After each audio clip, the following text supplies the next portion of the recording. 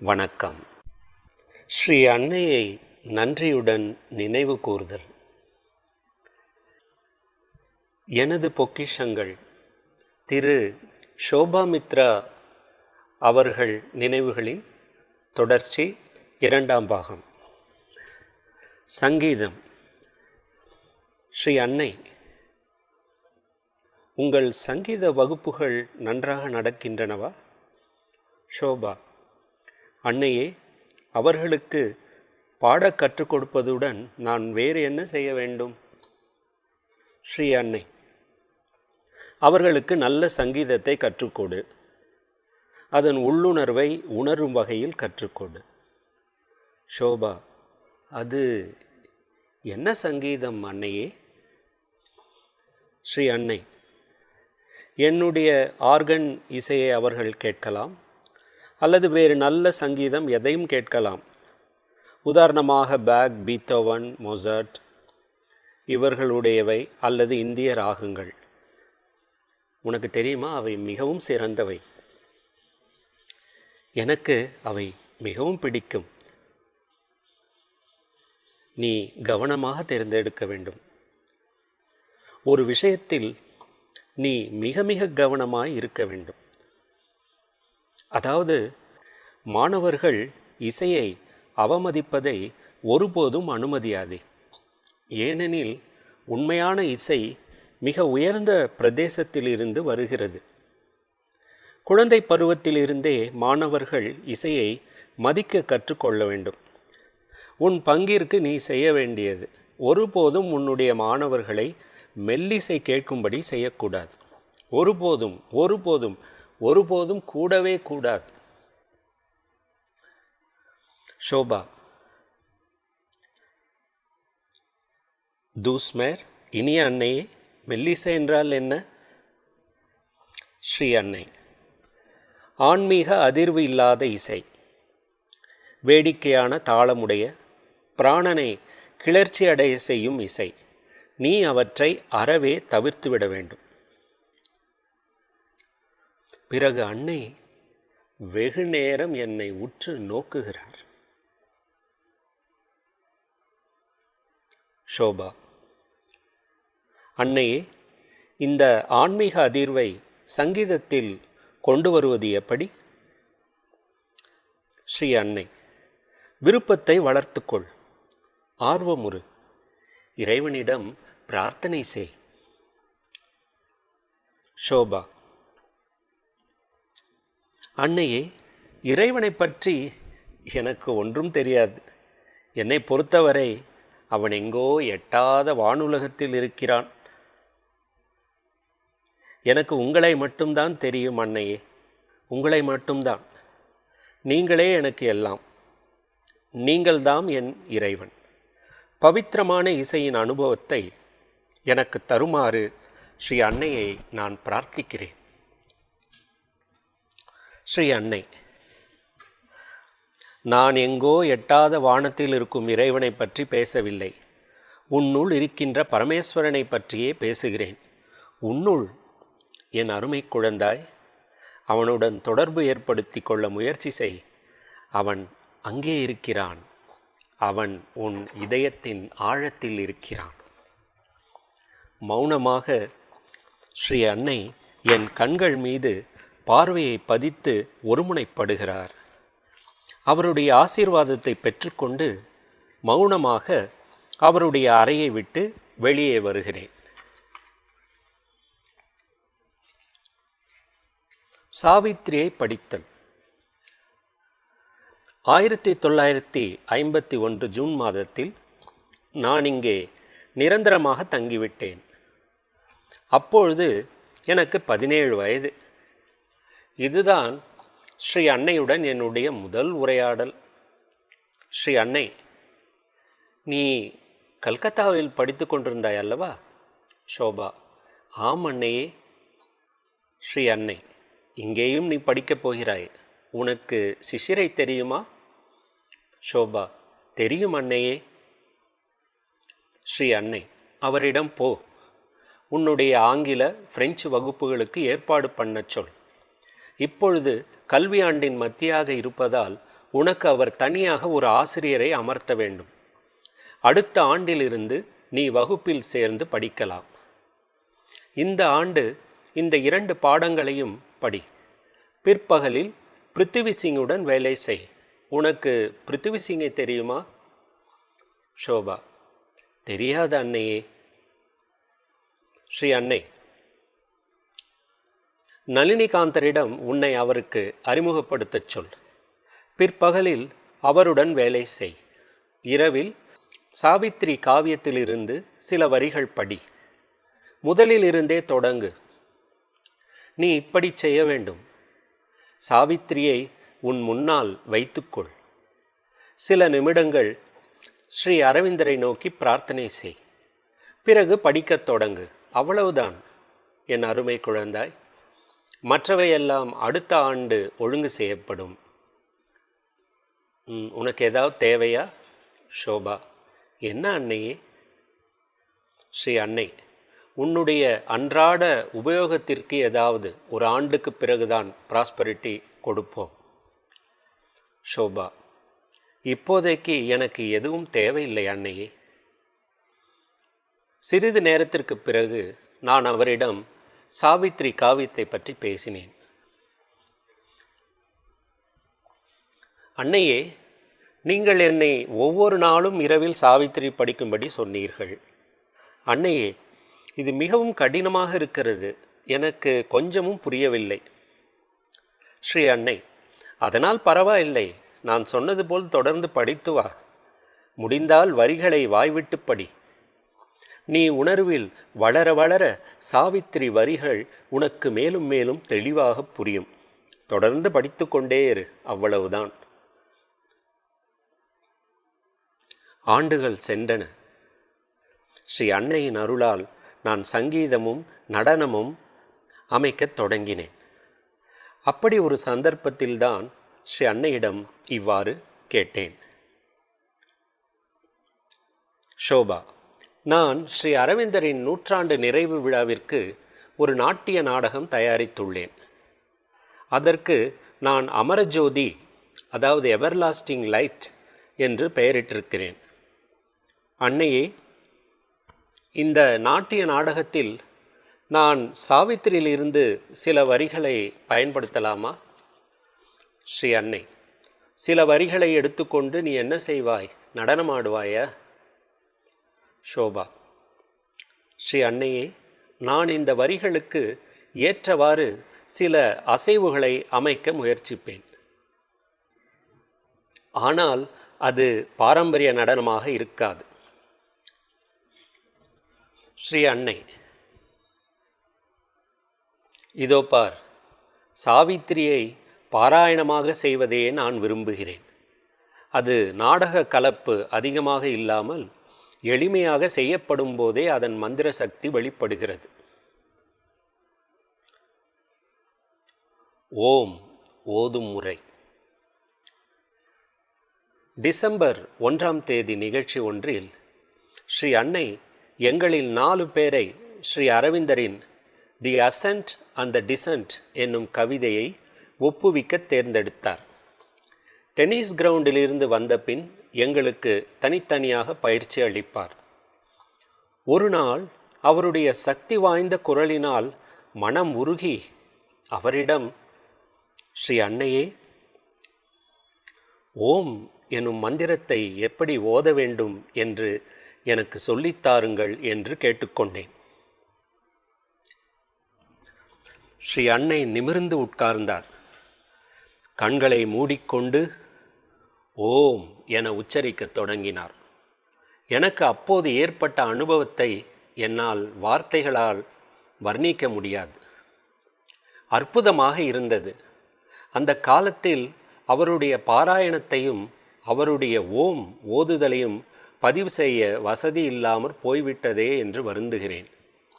ஸ்ரீ அன்னை சிறிது நேரம் மௌனமாக இருந்துவிட்டு பிறகு பேசத் தொடங்கினார்.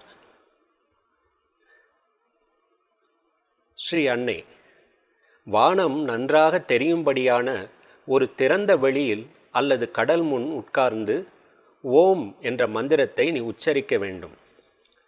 நான் இப்பொழுது உனக்கு காட்டியது போல் நீ அதை மனப்பூர்வமாக செய்தால் அது உன்னுடைய உணர்வை விரிவடையச் செய்வது உறுதி. உன்னுள் பரந்தகன்ற ஒரு உணர்வு வளர்வதை நீ உணர்வாய். இன்னொரு சந்தர்ப்பத்தில் அவர் இவ்வாறு கூறினார். நீ எப்போதாவது நோயுற்றால் அல்லது ஏதாவது தீய சக்தி தாக்கினால் நீ அதை விட்டொழிக்க விரும்பினால் ஓம் என்ற இந்த மந்திரத்தை உச்சரி, அது மறைந்துவிடும், உனக்கு சாந்தி கிடைக்கும். என்னுடைய ஒரு பிறந்த நாளில் நான் ஸ்ரீ அன்னையிடம், அன்னையே உள் உணர்வை அறிவது எப்படி என்று கேட்டேன். ஸ்ரீ அன்னை, நான் அதை பற்றி பல தடவைகள் பேசியிருக்கிறேனே. ஸ்ரீ அன்னை வெகுநேரம் சமாதியில் இருப்பது போல் இருந்துவிட்டு மீண்டும் பேசுகிறார். சௌகரியமாக உட்கார்ந்து கொண்டு ஓம் எனும் மந்திரத்தை உச்சரிக்க தொடங்கு. நீ ஒரு சுரங்கப்பாதை முன்னால் இருப்பதை காண்பாய். நீண்ட குறுகிய சுரங்கப்பாதை. தீவிரமாகவும் முழு உள்ளத்துடனும் உச்சரித்து கொண்டே இரு. அந்த சுரங்கப்பாதை மெல்ல மெல்ல ஒளி பெறுவதை காண்பாய். இதை செய்து கொண்டே இரு, முடிந்த போதெல்லாம் செய். ஒரு நாள் நீ சுரங்கப்பாதையின் முடிவிற்கு, உன்னுடைய இதயத்தின் மையப்பகுதிக்கு, இறைவன் உறையும் அந்த இடத்திற்கு வந்து சேர்ந்ததை உணர்வாய். இது நீண்ட நாள் செய்ய வேண்டிய வேலை. ஆனால் நீ அர்ப்பணிப்புடன் செய்தால் நிச்சயமாக வெற்றி பெறுவாய். நன்றியுணர்வு. என்னுடைய ஒரு பிறந்த நாளில் பிரெஞ்சில் ஒரு கவிதை எழுதினேன். அதாவது அதன் பெயர் லா கிராட்டிடியூட். ஸ்ரீ அன்னை அந்த கவிதையை படித்து மகிழ்ந்தார். விசேஷமாக பிரெஞ்சில் ஒரு கவிதை எழுத நான் முயன்றுள்ளதற்காக மிகவும் மகிழ்ச்சி அடைந்தார். மிகவும் இனிமையாக ஸ்ரீ அன்னை என்னிடம் இவ்வாறு கூறினார். நீ எனக்கு ஒரு அழகான கவிதை கொடுத்திருக்கிறாய், நான் உனக்கு என்ன தர வேண்டும்?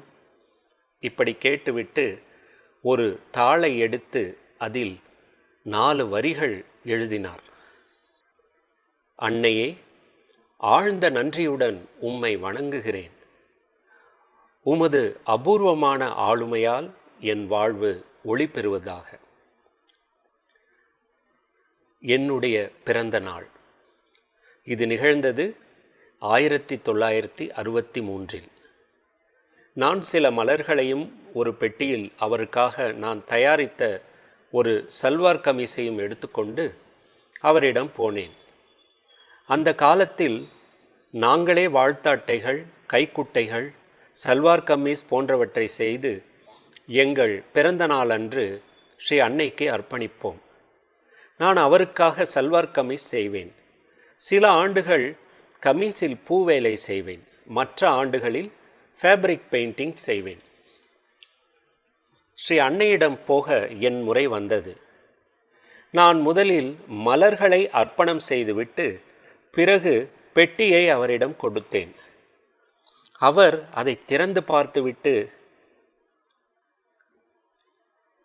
இது எனக்கா? ஷோபா, ஆம் அன்னையே. ஸ்ரீ அன்னை, நீ இதை செய்தாயா? ஷோபா, ஆம் அன்னையே. ஸ்ரீ அன்னை, இந்த ஓவியமும் கூட நீ செய்தது தானா? ஷோபா, ஆம் அன்னையே. அவர் ஓவியத்தை பார்க்கிறார், கம்மீஸில் நான் செய்துள்ள டிசைனை பார்க்கிறார். ஸ்ரீ அன்னை, மிக அழகாக இருக்கிறது. உனக்கு அழகுணர்ச்சி இருக்கிறது என் குழந்தாய். நான் இதை இன்று மாலை அணிய வேண்டுமென்று ஆசைப்படுகிறாயா? ஷோபா, உமது விருப்பம் அன்னையே. ஸ்ரீ அன்னை, நான் இதை இன்று மாலை அணிவேன். ஸ்ரீ அன்னை கமீஸை மீண்டும் பார்க்கிறார். பார்த்துவிட்டு பக்கத்தில் நிற்கிற சம்பக்லால்ஜியிடம் கொடுக்கிறார். பிறகு மிக நிதானமாக, மிகவும் இனிமையாக, ஒரு தாயைப் போல அவர் என்னிடம் இப்படி கேட்கிறார். ஸ்ரீ அன்னை, நல்லது, இன்று உனக்கு என்ன வேண்டும்? அன்னை எங்களுக்கு புத்தகங்கள், பை நிறைய சாக்லேட்டுகள் கொடுப்பது வழக்கம். ஆகவே எனக்கு என்ன புத்தகங்கள் வேண்டும் என்று தெரிந்து கொள்ள அவர் விரும்பியிருக்கலாம். ஆனால் அந்த வாய்ப்பை நான் வேறு வகையில் பயன்படுத்தி கொண்டேன். ஷோபா: நான் ஸ்ரீ அன்னையின் திருவடிகளை தொட்டுக்கொண்டு, அன்னையே, மிகச் சிறந்த குணமுடைய மனிதர்களில் ஒருத்தியாக திகழ என்னை ஆசீர்வதியுங்கள். ஸ்ரீ அன்னை இந்த விருப்பத்தை எதிர்பார்க்கவில்லையோ என்னவோ. அவர் நிமிர்ந்து உட்கார்ந்து என்னை உற்று நோக்கினார். பார்த்து கொண்டே இருந்தார். தன் முழு கவனத்தையும் என் மீது பதித்தார். பிறகு மிகுந்த திருப்தியை காட்டும் பார்வையுடன் அவர் என்னுடைய பிறந்த நாள் அட்டையை சம்பக்லால்ஜியிடமிருந்து வாங்கி இப்படி எழுதினார்: ஷோபா, பிறந்த நாள் வாழ்த்துக்கள். உன்னுடைய மிக உயர்ந்த ஆர்வம் நிறைவேற எனது ஆசீர்வாதம். அட்டையின் மறுபக்கம் ஓர் அழகான செய்தி அச்சிடப்பட்டிருந்தது: அருள் எப்பொழுதும் உன்னுடன் இருக்கிறது. அமைதியான மனத்துடன் உன் இதயத்தில் ஒருமுனைப்படு. அதை உணர்வாய். நீ எதற்காக ஆர்வப்படுகிறாயோ அதற்கான வழிகாட்டுதலும் உதவியும் உனக்கு நிச்சயமாக கிடைக்கும். ஒருமுனைப்படுதல். ஒரு நாள் ஸ்ரீ அன்னை யாருக்கோ விளையாட்டரங்கில் பேட்டி அளித்து கொண்டிருந்தார். பேட்டி அளிக்கும் அறையின் பக்கத்தில் இன்னொரு மனிதருடன் பவித்ரா அண்ணா காத்து கொண்டிருப்பதை பார்த்தேன். அன்று அன்னை தமது பேட்டியை வழக்கத்தை விட சீக்கிரமாகவே முடித்துவிட்டார்.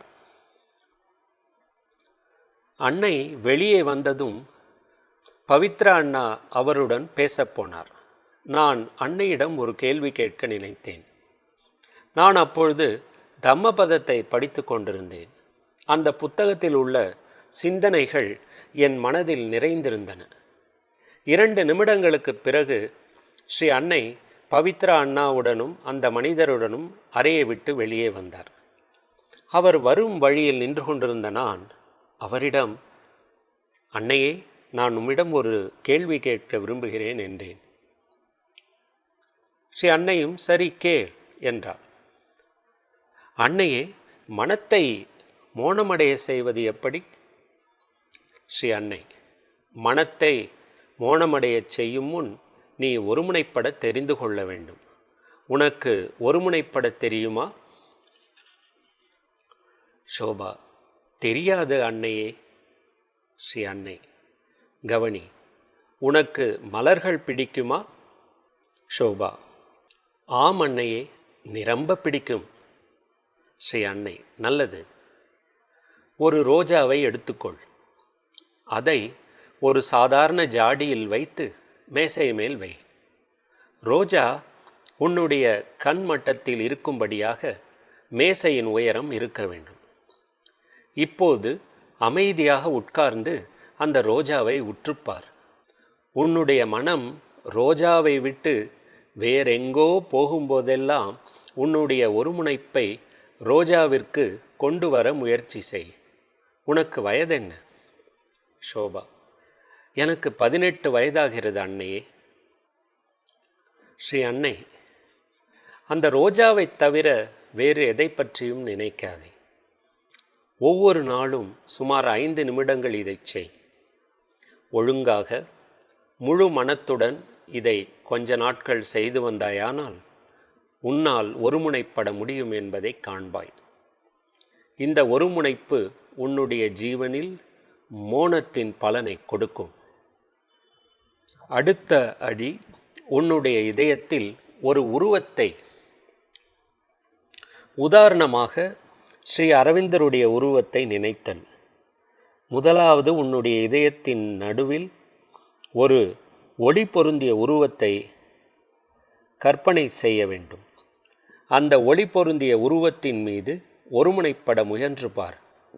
மெல்ல மெல்ல மற்றதெல்லாம், உன்னுடைய உடல், உன்னுடைய புறஜீவன் மறைந்து விடுவதை நீ உணர்வாய். வேறொன்றும் அங்கே இருக்காது. அவர் மட்டுமே ஒளி பொருந்திய வடிவில் ஸ்ரீ அரவிந்தர் மட்டுமே இருப்பார். தொடக்கத்தில் சிந்தனைகள் வருவதும் போவதுமாக இருக்கும். ஆனால் நீ விடாப்பிடியாக முயல வேண்டும். வேறு எதையும் பார்க்காமல் ஸ்ரீ அரவிந்தரை மட்டுமே பார்க்க வேண்டுமென்று விடாப்பிடியாக முயல வேண்டும். அப்பொழுது மோனம் வரும். இந்த நினைவு கூர்தலை நம்முள்ளே ஸ்ரீ அரவிந்தரின் ஒளி பொருந்திய உருவத்தின் மீது ஒருமுனைப்படுத்துவதுடன் நிறைவு செய்வது நன்றாயிருக்கும் என்று நினைக்கிறேன். இந்த தொடரை கேட்ட வாசகர்களுக்கு நன்றி. மீண்டும் மற்றொரு சாதகரின் நினைவு குறிப்புடன் அடுத்த தொடரில் சந்திப்போம். நன்றி, வணக்கம்.